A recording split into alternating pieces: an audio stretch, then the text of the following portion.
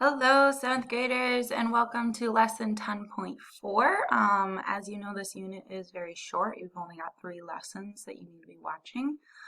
So this is actually the last lesson of this unit, and it's all on box and whisker plots. So it's another way that we can represent the sets of data that we learned in Unit 10, and we can use these sets of data to represent them using different types of data displays.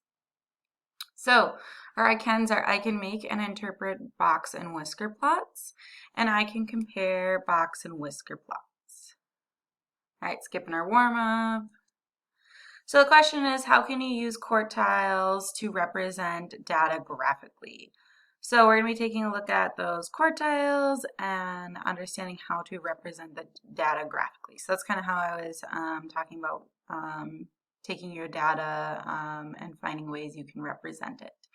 So thinking back about your quartiles, remember when we were talking about things like IQR, you needed to know your different quartiles. You need to know quartile 1, quartile 3 for the most part. So we're going to be able to use these quartiles again and represent them in this graph, and that's what box and whisker plots are, is how to represent these things graphically so that you can see. All right, so this is actually going to be super important to us to understanding how to set up box and whisker plots. So a box and whisker plot represents a data set along a number line. So the first thing you notice here, there's a number line at the bottom. Notice that the box and whisker graph then doesn't go on the line. It's going to go right above it. That's also going to be important. Okay, so represent a number line by using the least value, the greatest value, and the quartiles of the data. A box and whisker plot shows the variability of the data, so the variety of it, or how widespread the data is. So here is my box and whisker plot, and this is what's going to be really important, is because they labeled everything out for you and how to understand this. So the biggest thing, the first thing, the name comes from this box and this whisker. So there's a box going around here. Okay. The box goes from the first quartile to the third quartile. So that's again when we were setting up and learning how to do IQR. We needed to know the first quartile and the third quartile. So that's going to be important to set up our box. Within your box, then you also have the median of your data. So we will also be looking for our median. These whiskers then kind of come off the box, kind of like, I mean, they're not like cow whiskers where you're going to have a whole bunch of whiskers. There's a whisker on the left and a whisker on the right. So it goes from the first quartile all the way to that last value. So the smallest value you have in your data set. And then it does the same thing over on this side, but it goes to the greatest value of the data set. So on the bottom they say the 5 numbers that make up the box and whisker plot are called the 5-number summary. So the 5-number summary is this least value, let's just circle all of them, your first quartile, your median, your third quartile, and the greatest value. Those are going to be those 5 values that you need when you're creating a box and whisker plot, okay? This, again, like I said, this diagram is going to be really helpful so that you understand how to set these up. But I think even taking a look at our first example is going to be really helpful to see how to set this up as well. So let's go and look at the first example. Feel free to use this on your notes at any point when you're getting confused on setting these up, or go back in this video to look at this diagram, because like I said, it's going to be really important for us.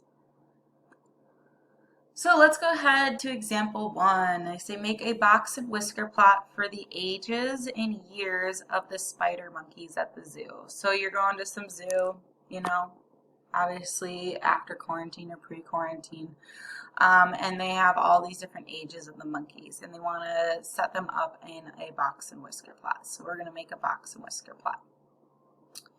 First thing I would want to do then is let's go ahead and number these, or take these numbers and put them in order from smallest to biggest, okay? So I'm going to go ahead and do that. Oh, I think I had screwed up on one of these. So this is 35. I forgot 36, guys. 36 and 38. Let me double check that I got these all right.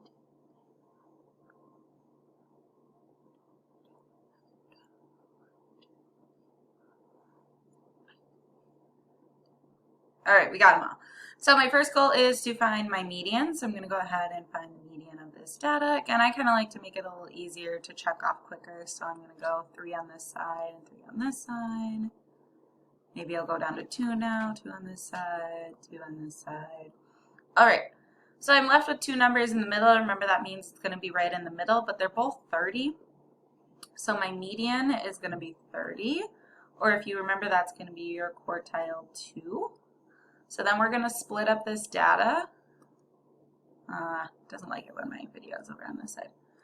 We're going to split up this data. Let's use green. Into that upper and lower half. So here's my upper half. And we're taking that 30 with it because it's right down the middle, so, or it's not one number left. There's 2 numbers left, so we're going to move it on over. All right, so then we're going to find the median of those 2 parts. So let's start with the upper. So I think I'm going to go 1, 1, 1. All right, it looks to be right in between 33 and 35. So right in between 33 and 35 would be 34, and that's my quartile 3. And on this one, oh, it's right in between 20 and 26, so that's going to be 23, and that is my quartile 1. So remember, it's like reading a book left to right, 1, 2, 3. So now we can start setting up our box and whisker plot. So I'm going to grab a different color here first. Let's go back to my black. I'm going to start by setting out a number line. And it's not going to be super pretty.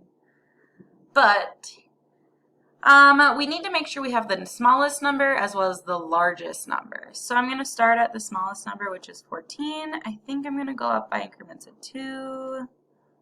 So I'm going to finish filling this in with increments of 2.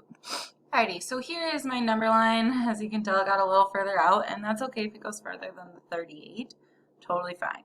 So what I would start with when creating your box and whiskers is start with the box. So your box, if you go back and look, oops, your box goes from the first quartile to the third quartile. So let's figure out our first quartile is 23, so that's going to be like about here. My third quartile then is 34, which is going to be about here. Notice that I also am not drawing these lines right on top of this number line. Just like here, the box and whisker is not right on top of the number line, so make sure that it's a little bit above. And then I'm just going to connect my box. All right. Before I finish out the box, I'm also going to add in my median, which looks to be at 30. Sometimes I just put a line and a dot here. You could do that same. You could label it median. All right, and the last part then is I need to add in these whiskers. So the whiskers go from the first quartile to that last value and that third quartile to the greatest value. So then when I look at my number line, I'm going to look at for my smallest number, which is this 14. So for 14, I'm going to make a dot. And I'm going to do the same thing for the largest number, 38. And then all I'm going to do is connect them to my box.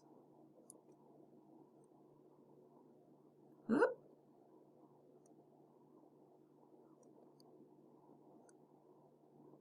All right, and there is my final box and whisker plot.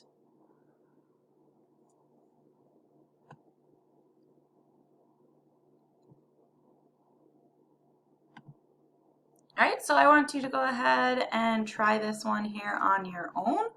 Okay, so go ahead and pause the video. Feel free to go back and look at those notes to see how to set this one up. When you are ready, come on back and I will show you the answer. All right, coming on back for this one, this was talking about the group of friends and how much they spent online last night. Now the tricky part is making sure you add in this extra 2 into your data. So first step, set it up like you're just finding the median. So from smallest to biggest, I found my original median, which was right in between these 2 2's, which is 2. So I break it up into the upper quartile and the lower one, find the median of those. So my quartile 1 would be 1. My quartile 3 is 3. So that's how I set up my box from 1 to 3. Those are my quartile 1 and my quartile 3. I added in my median, which they usually just put as a line and a dot within the box, so that's 2. And then those smaller, or for the whiskers, you go from the smallest value to the box and the largest value to the box. You add a dot and you just draw a line. So this is what your box and whisker plot should look like. Okay, again, make sure that you're not putting your box and whisker on top of the number line. It needs to be above it. All right, so something that I forgot to add into with your notes is this thing, which is talking about the amount of data that you're going to see in each part of this box and whisker. So it says the figure shows how data are distributed in the box and whisker plot. So basically what happens here is this is kind of like when you're looking at those histograms, you can see how much data there is. In this case, what they're saying is you can assume that about half of the data is in your box here. Okay, so even if you go back and look at this, okay, about half of my data should be in between 1 and 3 is basically what it's saying. Okay, then from your whiskers, from the outside to the whisker, and then the outside to the whisker should be about a quarter of your data.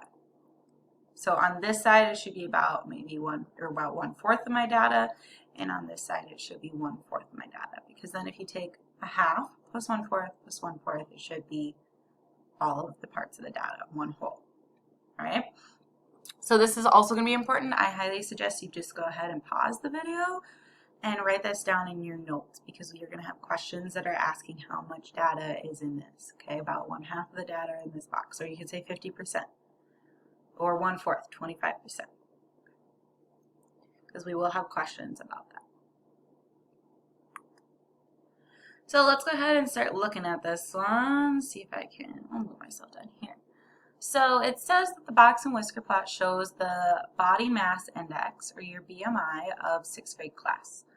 So this is another way to measure your weight. It's a different way to measure weight. It's not exactly weight. It's based on how tall you are and how much you do weigh.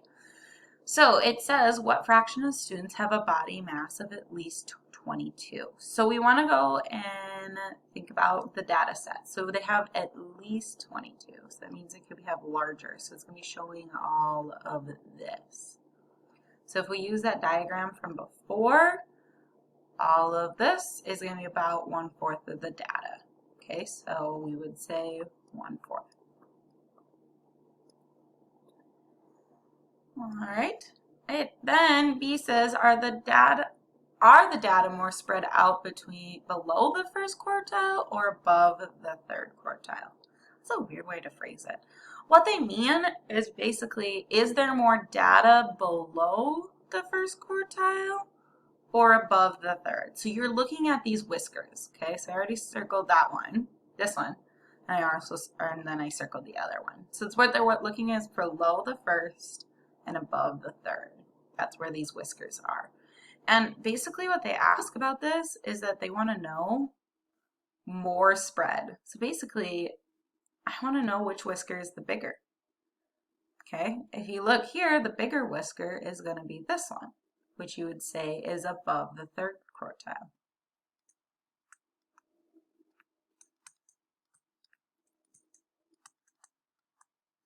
Okay, and you would explain that, I'm not going to write it all out, but you can explain that it has more data values, the whisker is longer. Okay, I would maybe just say whisker, oops, is longer. Let's see if we can get to this last part. I'm not sure if we can, given the time and having to fix this. All right, so find and interpret your interquartile range. Remember your IQR is you're just taking quartile 3 minus quartile 1. Okay, so your quartile 3 is this 22, it's that end of the box, and your quartile 1 is the other side of the box, 19. So your interquartile range is going to be 3, and what that means is that most of your data is in between 19 and 22, with about a spread of 3 data above or 3 data below. Okay, I'll catch you in part 2. Keep watching out for your code word. May have said it, may have not.